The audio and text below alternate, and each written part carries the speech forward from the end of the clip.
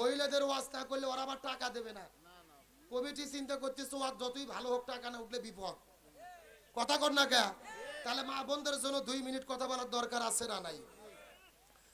আমার প্রিয় বন্ধুগণ, মুসলমান ভাইরা গভীর মনোযোগ, মা বোনদের জন্য স্পেশাল আলোচনা শুরু হয়ে গেল। কথাটা কান খাড়া করে ভালো করে বোঝার চেষ্টা করবেন।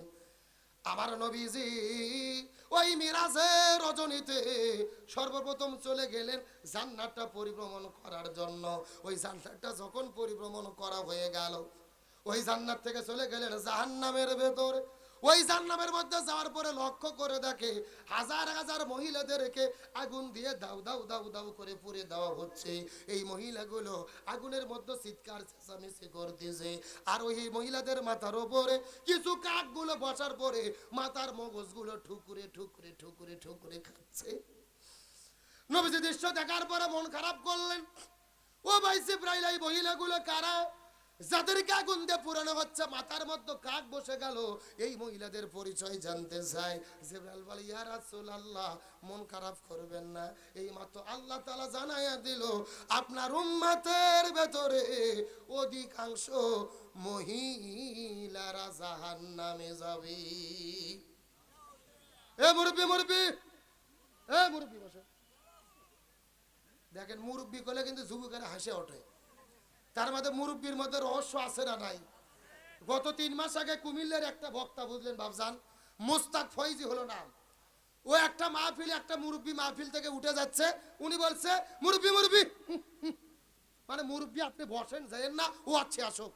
কিন্তু এই মিডিয়ার চ্যাংরা বেড়া এত মারাত্মক, বুঝছেন, পুরো ওয়াজ বাদ দিয়ে 30 সেকেন্ড কাটিয়ে ফেসবুক, ইন্টারনেট, টিকটক, টেলিগ্রাম সব কিছুর মধ্যে ছাড়িয়ে দিয়েছে। পুরো মিডিয়ার ভেতরে খালি মুরব্বি মুরব্বি জিকির চলতেছে। এ কথা কর না কে? এই গত 1 মাস আগে মুস্তাক ফয়জি হুজুর, আমি ঢাকাতে একই সঙ্গে প্রোগ্রাম ছিল মজলিসুল মুফাসসিরিনের কেন্দ্রীয় সম্মেলন। আমরা দুইজনে একই জায়গায় বসে আছি। পিছন দিক থেকে একটা ছেলে দৌড়ে এসে বলতেছে, ও মুরব্বি হুজুর, আপনার সঙ্গে একটা সেলফি তুলবো। মানে হুজুরের নামই হয়ে গেছে মুরব্বি হুজুর। তে এরকম মুরব্বিদের যাওয়ার কি কোনো সুযোগ আছে? এ সুযোগ আছে? আলোচনা চলছে। তাহলে বলেন অধিকাংশ মহিলা যাবে কোথায়? আরো জোরে বলেন। আমার বন্ধুগণ, মুসলমান ভাইরা গভীর মনোযোগ, এই কথা বলার পরে নবীদের মনটা খারাপ হয়ে গেল। জিবরাইলকে ডাকতে বলে, ও ভাই জিবরাইল, অধিকাংশ মহিলা কেন জাহান্নামের মধ্যে যাবে? আপনি একটু বলেন তো দেখি। এমন সময় জিবরাইল বলে, ইয়া রাসূলুল্লাহ, আল্লাহ তাআলা জানিয়ে দিল অধিকাংশ মহিলা জাহান্নামের মধ্যে যাবে। এর পেছনে অনেকগুলো কারণ রয়েছে, তার ভেতরে প্রধানত কারণ হলো 2টা। জোরে বলেন কয়টা? আরো জোরে। কে রে, আপনাদের কি কষ্ট হচ্ছে? রাগ করতেছেন? এই যে আমি বসে আছি মাঝখান দিয়ে সোজা, ডান দিকে এক ভাগ, বাম দিকে আর এক ভাগ। আপনারা মুখ বন্ধ করে থাকেন, আপনারা বলেন তো দেখি অধিকাংশ মহিলা জাহান্নামে যাবে কারণ হলো কয়টা? আরো জোরে।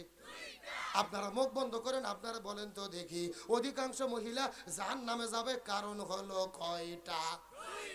ওরে বাবা, কে রে, ভাগ করে দেয় না, সাউন্ড বাজতেছে। তার মানে আপনারা আলসেমি করতেছেন না? আমার বন্ধুগণ, মুসলমান ভাইরা গভীর মনোযোগ, ডানে যারা আছেন কথা বলবেন, বামে যারা আছেন কথা বলবেন, মঞ্চে যারা আছেন তারাও কথা বলবেন। সবাই মিলে চিৎকার করে বলেন তো অধিকাংশ মহিলা জাহান্নামে যাবে কারণ হলো কয়টা? আরো জোরে। জোর হলো না? গভীর মনোযোগ দেব, তার চেষ্টা করেন। আমার নবীজি কান্না করতে করতে জিবরাইলকে ডাকতে বলে, জিবরাইল তুমি দয়া করে বলো কোন 2টা কারণে অধিকাংশ মহিলা জাহান্নামের মধ্যে যাবে?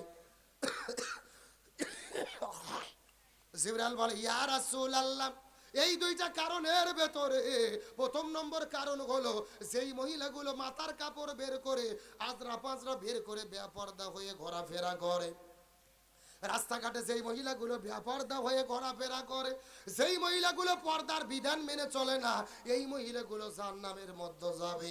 তার মানে বোঝা গেল বেপরদা নারী যারা জাহান্নামে যাবে তারা। এ শূন্যস্থান পূরণ বোঝেন না?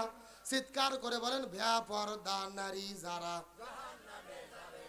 বেপরদা নারী যারা।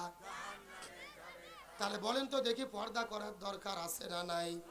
কিন্তু বগুড়া জেলার মা বোনেরা কি পর্দা করে? বগুড়া জেলার মা বোনদের ধরন বলিতে লাগে শরম। সকালবেলা আর সকালবেলা ভরকা পরে, বিকাল বেলা ওড়না নাই দাদা ভাই, ডিজিটাল দেশ বুঝিয়ে টাই।